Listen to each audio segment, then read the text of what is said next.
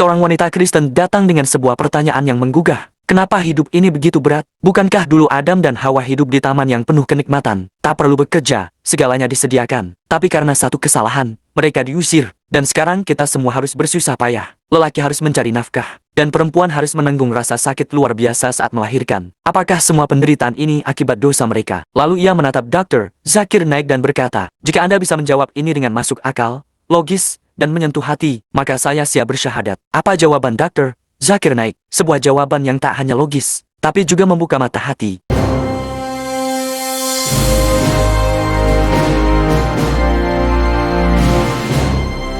Wasil, petuah bijak.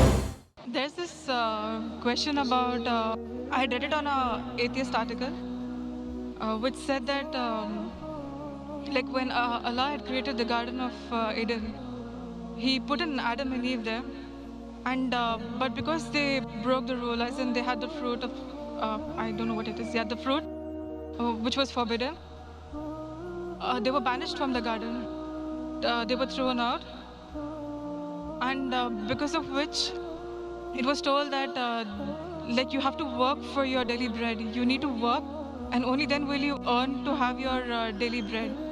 Likewise, it was also told that women, they would their pain in pregnancy would increase. It's like till now the same thing is happening. We have to work hard, we have to struggle, we have to do everything necessary to earn a daily bread. And the same thing with the women, like they are dying in pregnancy, their pain is increased. Why is it that if Allah Himself had punished them so badly, till date, they are like with the same punishment?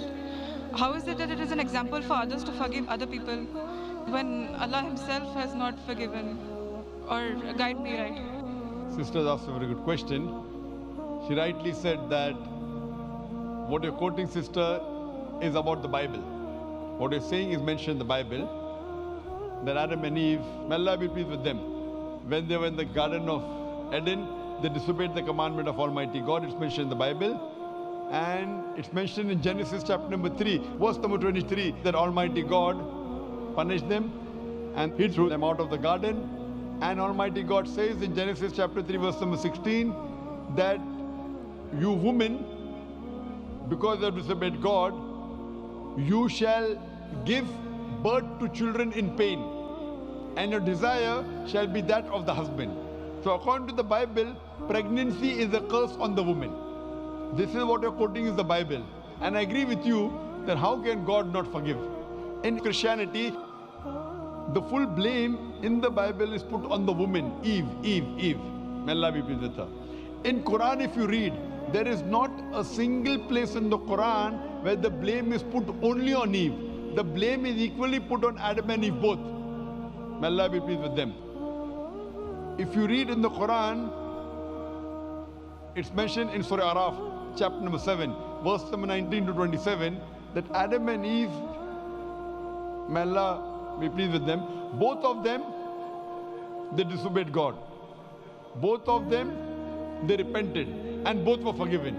The blame is put equally on them. There is not a single verse in the Quran where the blame is only put on Eve. May Allah be pleased with her. But there is a verse in the Quran in Surah Taha, chapter number 20, verse number 121, which says that Adam, peace be upon him, he disobeyed God. So there is one verse which speaks only about Adam, peace be upon him, but as a whole, if you analyze, the Quran puts the blame on both of them, Adam and Eve, both of them.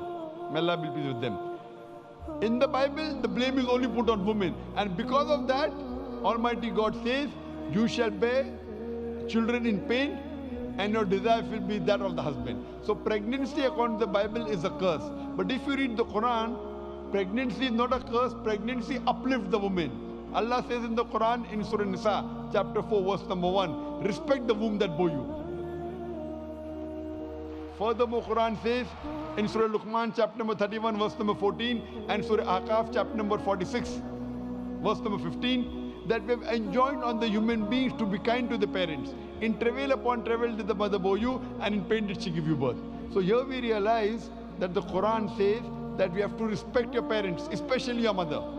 And our beloved Prophet Muhammad said, it's mentioned in Sahih Bukhari, volume number 8, in the book of Adab, chapter number 2, hadith number 2. A man approaches Prophet Muhammad Sallallahu Alaihi Wasallam and asks him that who deserves the maximum love and companionship in this world. So the Prophet replies, your mother.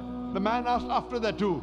The Prophet again says your mother. The man asked after that too. Again the Prophet says your mother. The man asked after that too. Then for the fourth time the Prophet says your father. That means 75%. 3/4 of the love and companionship goes to your mother. 25%. 1/4 goes to the father. In short, mother gets the gold medal, she gets the silver medal as well as the bronze medal. The father has to be satisfied with a mere consolation prize. So these are the teachings of Islam. In Islam, pregnancy uplifts the woman. And I agree with you, once Almighty God has forgiven the human beings, how can He keep on punishing them? So this is the difference between Islam and Christianity, sister. Are you convinced with the answer? Yes, definitely. Do you want to accept Islam now? Yes. Do you believe that there's one God? Yes, I do. Do you believe Jesus is God? No. Do you believe Prophet Muhammad, peace be upon him, is the last and final messenger? Yes, I do. Is anyone forcing you to accept Islam? No. Are you doing out of your own free will? Yes. Are you doing out of your own conviction? Yes. Is there anyone giving you a bribe? No. So do you, inshallah, so it's in Arabic and you can repeat it. Okay. Ashhadu Ashhadu Allah Allah ilaha ilaha illallah illallah wa ashhadu wa ashhadu anna anna Muhammadan Muhammadan abduhu abduhu wa rasuluhu. wa rasuluhu. I bear witness. I bear witness I bear witness that that there is no God there is no God but Allah, but Allah, and I bear witness and I bear witness that that Prophet Muhammad Prophet Muhammad is is the messenger the messenger and servant of Allah. and servant of Allah. MashaAllah. You are a Muslim, and I pray to Allah subhanahu wa ta'ala that to guide you and help you guide your family members also, and to give you the best in this world as well as in the next life.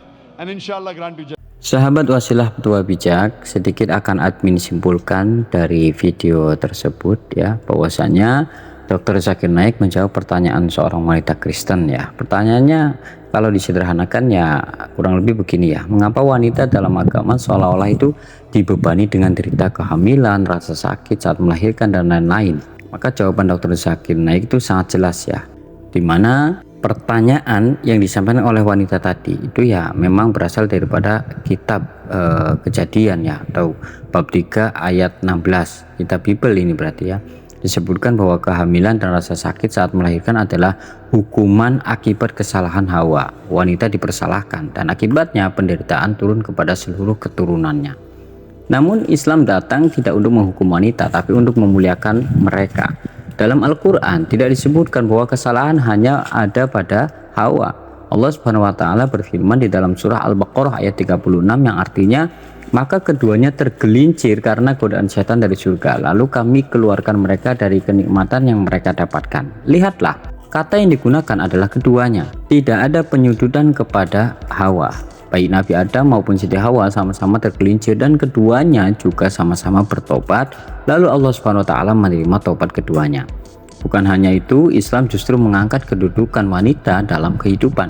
Bahkan dalam hadis sahih riwayat Bukhari dan Muslim, ada seorang yang bertanya kepada Rasulullah Shallallahu Alaihi Wasallam, "Wahai Rasulullah, kepada siapa aku harus berbakti pertama kali?" Nabi Shallallahu Alaihi Wasallam menjawab, "Ibumu." Lalu ia bertanya lagi, "Lalu siapa lagi ya Rasulullah?" Nabi pun menjawab, "Ibumu." Kemudian ia bertanya lagi, "Siapa lagi ya Rasulullah?" Nabi tetap menjawab, "Ibumu." Baru pada pertanyaan yang keempat Rasulullah pun berkata, "Ayahmu." 3 kali disebut ibu, 1 kali disebut ayah. Ini bukan berarti ayah tidak penting, tapi ini menunjukkan betapa besar pengorbanan, cinta, dan kemuliaan seorang ibu. Dalam hadis lain, Nabi Shallallahu Alaihi Wasallam bersabda, yang artinya surga itu berada di bawah telapak kaki ibu. Hadis riwayat Imam Ahmad, Imam Nasai, dan Ibnu Majah. Sahabat yang bijak, inilah Islam. Bukan hanya adil terhadap wanita, tapi juga memuliakan dan mengangkat derajat mereka setinggi-tingginya. Islam tidak pernah menyalahkan wanita atas dosa nenek moyang. Islam memuliakan ibu, mendidik anak perempuan adalah jalan ke surga. Dan istri adalah amanah yang harus dijaga dengan penuh kasih sayang. Inilah perbedaan nyata antara pandangan Bible dan Al-Quran. Islam adalah agama yang rahmat, bukan penghukum. Dan wanita bukan beban, tapi sumber kemuliaan. Wassalamualaikum warahmatullahi wabarakatuh.